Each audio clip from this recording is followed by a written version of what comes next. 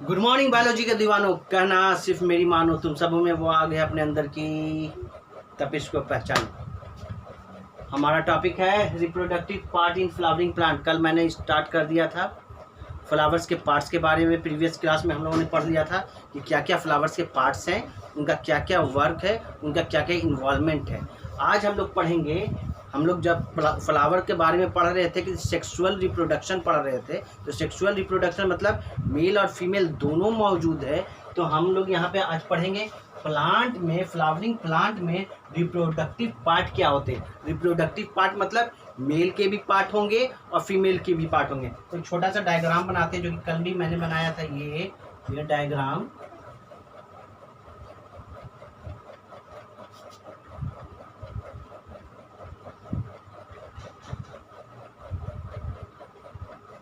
कल मैंने बताया था ना कि ये क्या है। ये आपका ओवरी था, ये क्या था, स्टाइल था, ये क्या था, स्टिग्मा था। तीनों मिलकर क्या बना रहे थे, तो कार्पल बना रहे थे। कार्पल के बारे में कल मैंने बताया था ना कि क्या है, female reproductive part of flower. Clear. Similarly यहाँ पे एक और डायग्राम ऐसा था फ्लावर में, इसका नाम था एंथर, इसका नाम था फिलामेंट। मतलब कि एंथर और फिलामेंट मिलकर क्या बना रहे थे, एंथर और फिलामेंट मिलकर ये कार्पल है, तो ये स्टेमन बना रहे थे।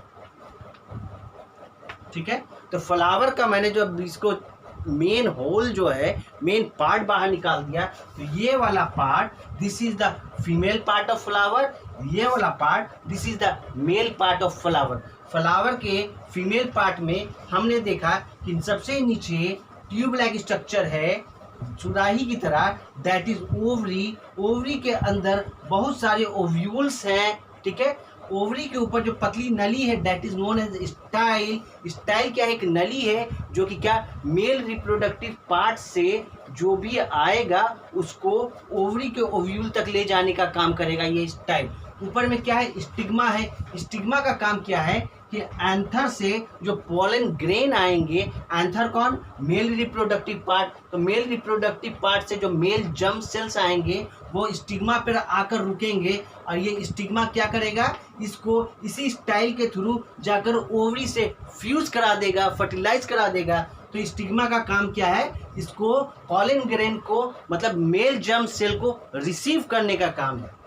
जब ये मेल जर्म सेल स्टिग्मा पे आके गिरेंगे, वही स्टाइल के थ्रू जाकर ओवरी में मिलेंगे। तो फीमेल रिप्रोडक्टिव पार्ट क्या कहलाते हैं, कार्पल। किसमें, फ्लावर में। Female reproductive part is known as carpel flower में। अब ये कार्पल में क्या क्या होते हैं, स्टिग्मा सबसे ऊपर वाला पार्ट जो कि पोलन ग्रेन को रिसीव करेगा, स्टाइल जो कि पोलन ग्रेन को लेकर जाएगा ओवरी तक, ओवरी जहाँ पे पोलन ग्रेन ओवा से, एग से मिलकर फ्यूज करेगा, फर्टिलाइज करेगा। तो हम देखा कि फीमेल रिप्रोडक्टिव पार्ट कार्पल है, जिसमें स्टिग्मा होते हैं, स्टाइल होते हैं और ओवरी होते हैं। Clear. Similarly mail reproductive part ऊपर वाले एंथर, जहाँ पे पोलन ग्रेन्स होते हैं, और पोलन ग्रेन क्या है, मेल जर्म सेल है, वही जाकर फ्यूज करेगा ओवरी से, किसके, फीमेल पार्ट से। तो ये एंथर हो गए।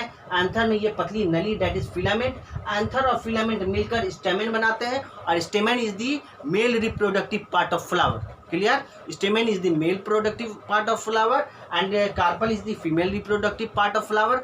मेल रिप्रोडक्टिव पार्ट में क्या है, एंथर है और फिलामेंट है। एंथर क्या होता है, एंथर में पोलन ग्रेन बनते हैं। पोलन ग्रेन क्या है, मेल जर्म सेल है जो कि फ्यूज हो जाते हैं ओवरी में जाकर। अब हम लोग नेक्स्ट क्लास में पढ़ेंगे कि मेल पार्ट अलग है, फीमेल पार्ट अलग है। तो ससुरा ये पोलन ग्रेन यहाँ से उठ के यहाँ तक कैसे जाता है, तो वो पढ़ेंगे कि ये मूवमेंट कैसे होता है। क्योंकि ह्यूमन बीइंग में देखते हैं कि मेल और फीमेल जो होते हैं दोनों आपस में आकर फ्यूज होते हैं, मिलते हैं, बट इसमें एक ही फ्लावर में मेल पार्ट भी है, फीमेल भी पार्ट है, बट दोनों आपस में आकर फ्यूज नहीं होते हैं। उनको कोई तो फ्यूज कराता होगा, ये पोलन ग्रेन लाकर यहाँ स्टिग्मा पे छोड़ता होगा। इसके प्रोसेस में हम लोग पॉलिनेशन बाद में बढ़ेंगे, नेक्स्ट क्लास में धीरे धीरे आगे पढ़ेंगे तो वो आएगा। आज हम लोग का टॉपिक था सिर्फ रिप्रोडक्टिव पार्ट ऑफ फ्लावर। तो रिप्रोडक्टिव पार्ट में female reproductive part that is known as carpel. Carpel में 3 चीज इन्वॉल्व है, stigma, style and ovary. And male reproductive part that is known as stamen. Stamen में 2 चीज involve है, anther और filament. उम्मीद है कि समझ में आ गया होगा रिप्रोडक्टिव पार्ट जिसके मैंने अभी पढ़ाया है। आगे पढ़ेंगे कि कैसे कैसे मूवमेंट होता है। क्लियर? भैया सब्सक्राइब करो। Thank you so much.